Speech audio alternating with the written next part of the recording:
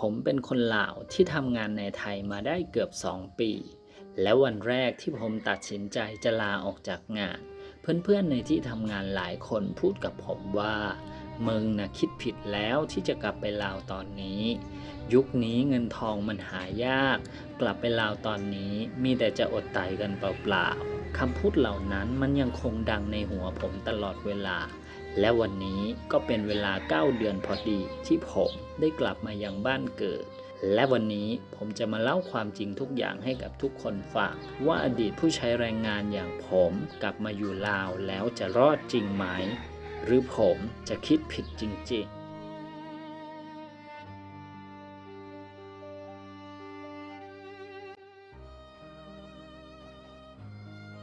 สบายดีและสวัสดีบรรดาพ่อแม่พี่น้องหมดสุผู้สุขคนอีกตื่มเส้นเก่าเส้นเคยเนาะก็ยินดีต้อนรับทุกคนเข้าสู่ช่องของพ่อเฮาอีกแล้วเนาะมื้อนี้ก็มีเรื่องที่อยากจะมาเล่าสู่บรรดาพ่อแม่พี่น้องฟังอีกคือเก่าคือเดิมเนาะก็คือเป็นเรื่องนะของอดีตที่พ่อเฮาเคยไปเฮ็ดเวียกเฮ็ดงานอยู่ทางฝั่งไทยแหละเนาะก็ตอนนี้กลับมาบ้านเป็นที่เรียบร้อยเนาะได้เวลา9 เดือนเต็มๆพอดีเนาะที่พ่อเฮากลับมา แล้วก็ในช่วงที่พวกเฮาเฮ็ดเวียกอยู่หั่นนะตอนที่ว่าพวกเฮาตัดสินใจลาออกจากงานนะก็มีเพื่อนๆพี่ๆน้องๆเนาะหลายๆคนเขาเจ้าถามนะว่าคิดดีแล้วบ่ที่ว่าตัดสินใจออกจากงานอยู่หม้องหั้นนะแล้วบัดนี้คันลาออกจากงานหั้นแล้วกลับมาบ้านกลับมาลาวน่ะสิมา เฮ็ดแม่หยังกินเราสิหาเงินหาคำแต่ไสยุคนี้สมัยนี้เงินทองมันหายากกลับไปลาวก็เดี๋ยวสิลำบากนะนี่แหละนะทั้งหมดทั้งมวลนี่ก็เลยกลายมาเป็นหัวข้อของเฮาในมื้อนี้เนาะว่าสุดท้ายแล้วการที่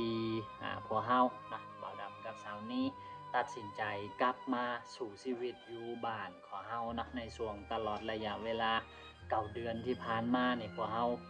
อ่าคิดถูกหรือว่าคิดผิดพวกเฮาสิสามารถเอาตัวรอดได้บ่เนาะในสภาพแวดล้อมอยู่บ้านเฮาหรือว่าพวกเฮาสิคิดผิดแท้ๆเนาะในการตัดสินใจลาออกจากงานในเมืองไทยณตอนนั้นเนาะก็สิมาเล่าสู่ทุกคนฟังใน EP นี้นะก็คือเริ่มแรกเลยเนาะคือบ่าวดำกับสาวนี้นี่พวกเฮาไปไทยนะเทื่อแล้วนี่พวกเฮาบ่ได้ไปลินบ่ได้ไปเที่ยวคือพวกเฮาตั้งใจไปหาเงินโดยเฉพาะนะก็คือแน่นอนแหละพวกเฮาไปหาเงินพวกเฮาก็คืออยากได้เงินกลับมานะสร้างโตวสร้างตนอยู่บ้านของพวกเฮานะเพราะว่าเป้าหมายการไปหาเวียกหางานเฮ็ดเวียกเฮ็ดงานของพวกเฮาเนาะพวกเฮาก็มีเป้าหมายชัดเจนว่าพวกเฮาต้องการไปหาเงินแล้วก็กลับมาใช้ชีวิตมาสร้างพื้นฐานครอบครัวอยู่บ้านเฮานะอันนั้นคือเป้าหมายของพวกเฮาในตอนนั้นอีกทีไปแล้วก็เนาะตอนที่ว่าพวกเฮาไปเฮ็ดเวียกอยู่ไทยนะ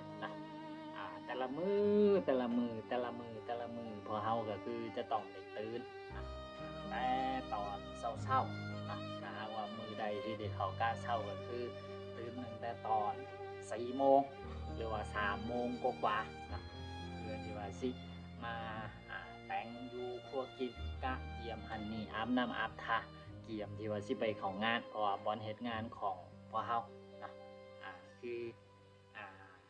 บ่าวดำกับสาวนี่เนาะพวกเฮาเฮ็ดเวียกอยู่ในห้างนะเป็นเติมสินค้าจัดเรียงสินค้านะจัดออเดอร์ให้กับลูกค้าใช่นะก็พวกเฮาก็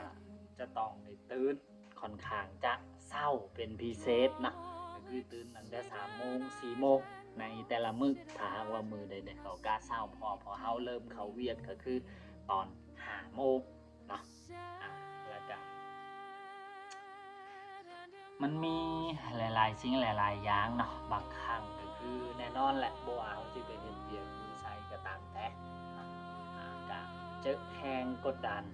บางสิ่งบางอย่างเป็นเรื่องธรรมดาเป็นเรื่องปกตินะคือจังอ่าแต่ละหน้างานก็สิบ่คือกันคือส่วนของบ่าวดำเองหัวหน้างานของบ่าวดำนี่ใจดี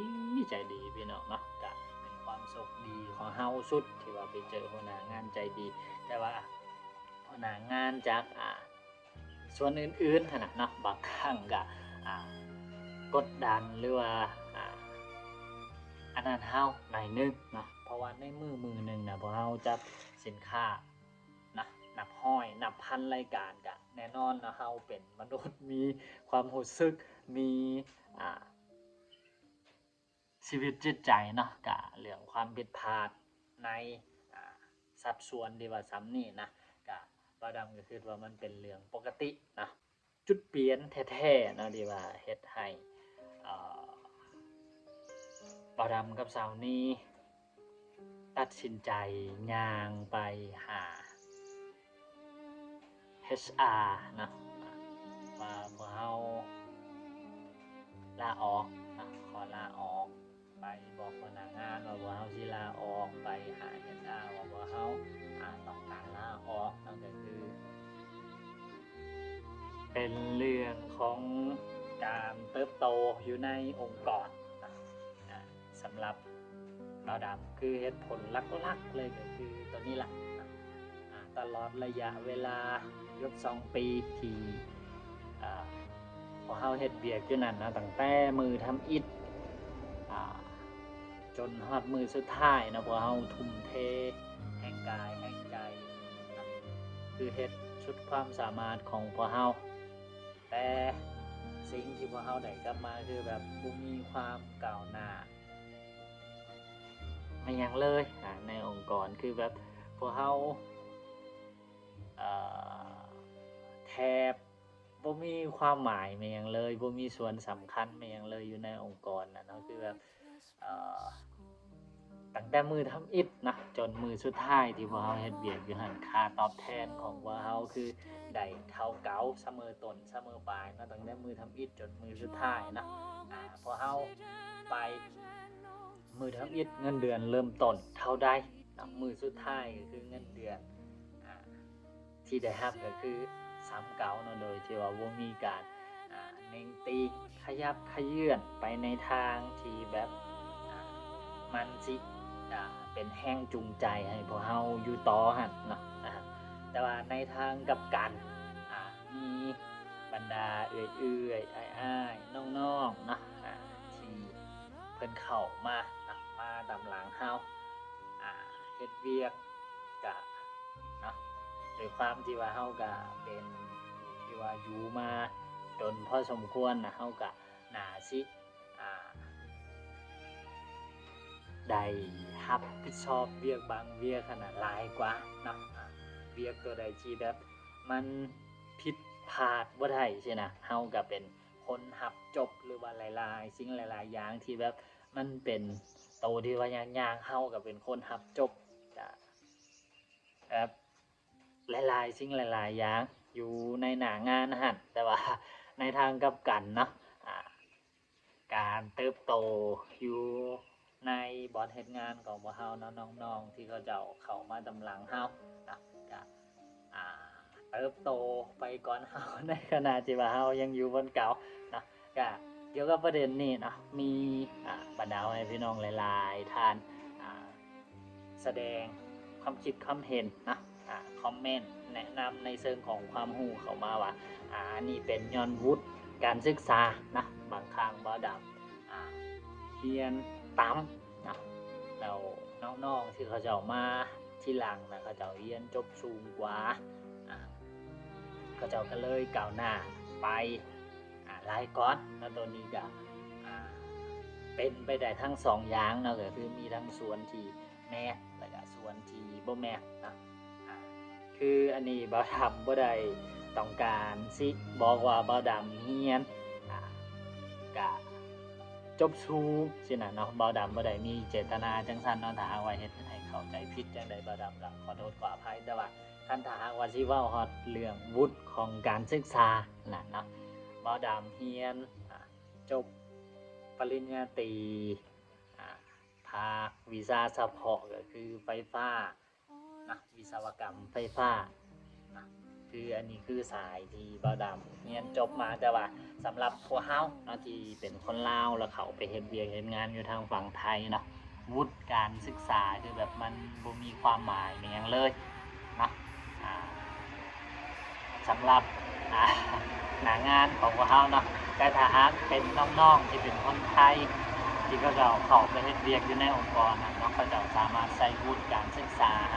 เฮ็ดได้เนาะเทียบชั้นเงินเดือนแล้วก็สามารถก้าวหน้าในหน้าที่เวียกงานของเพิ่นทันได้เนาะก็นี่แหละก็เลยเป็น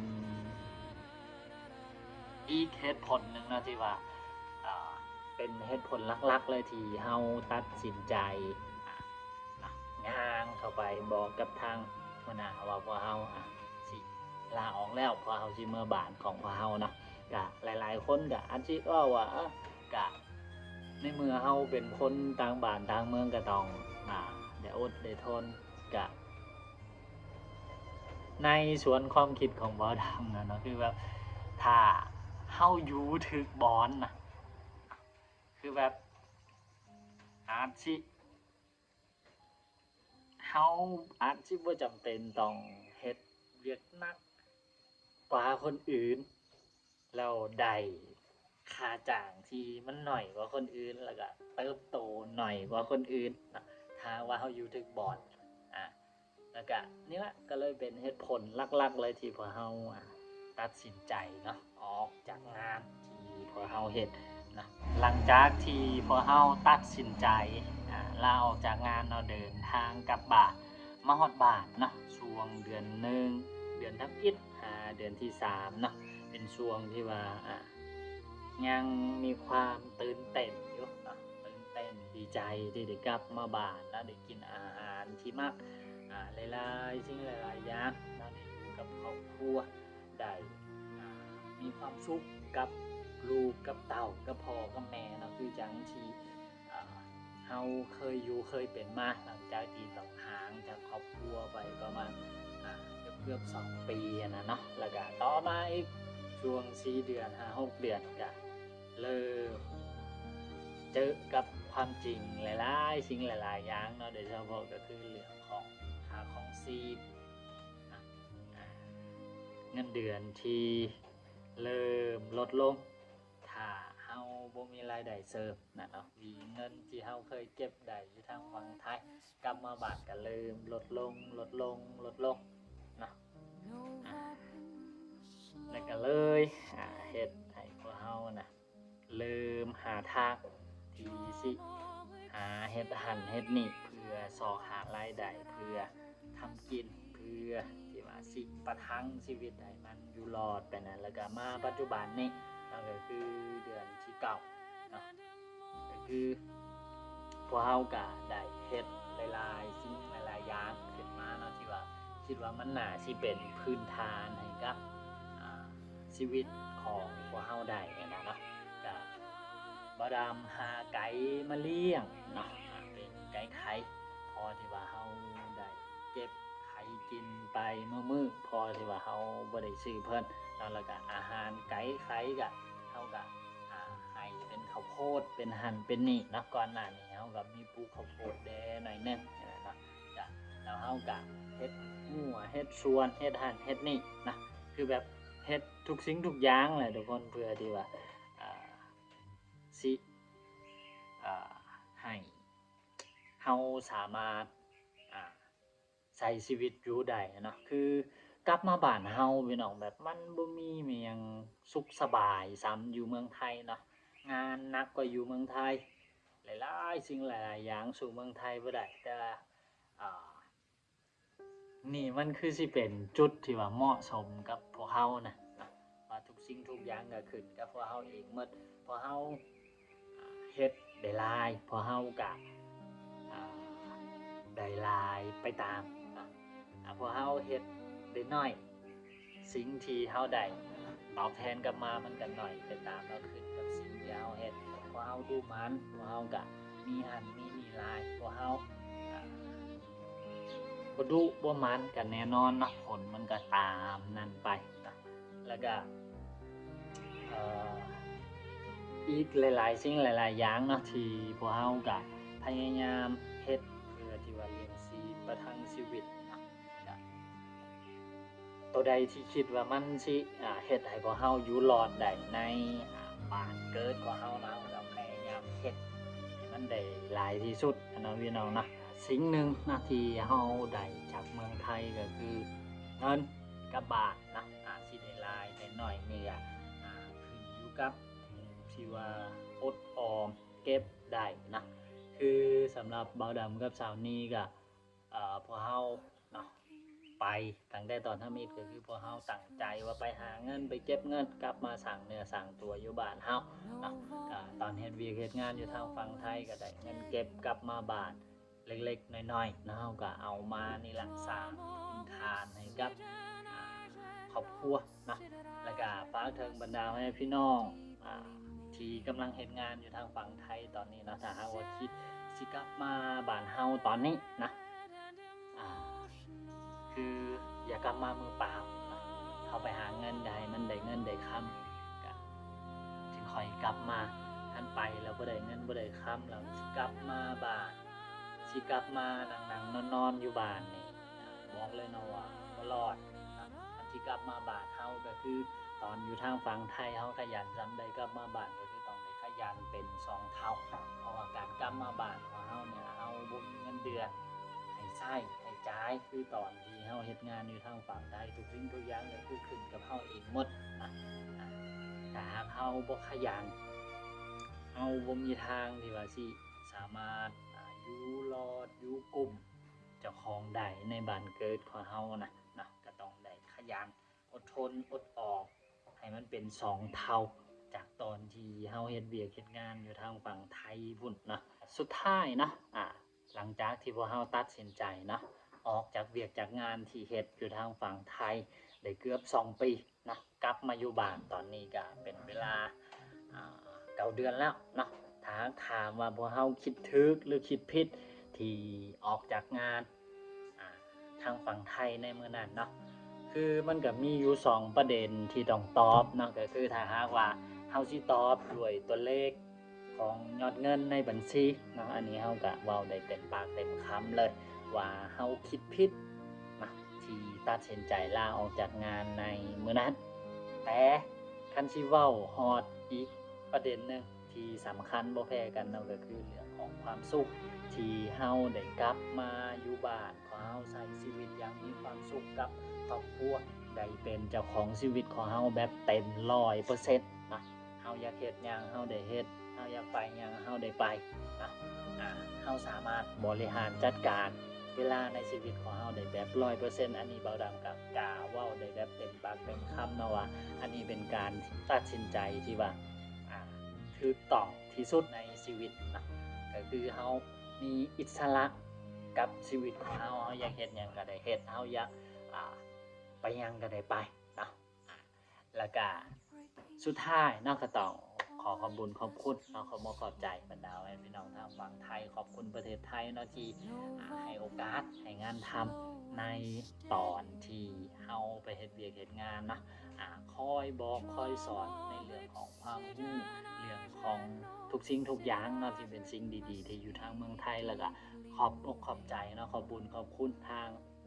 ประเทศบ้านเกิดของเฮาเองเนาะที่แคนรับ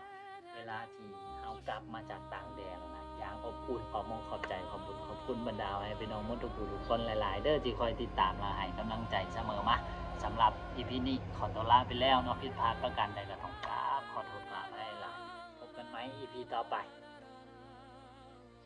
สบายดี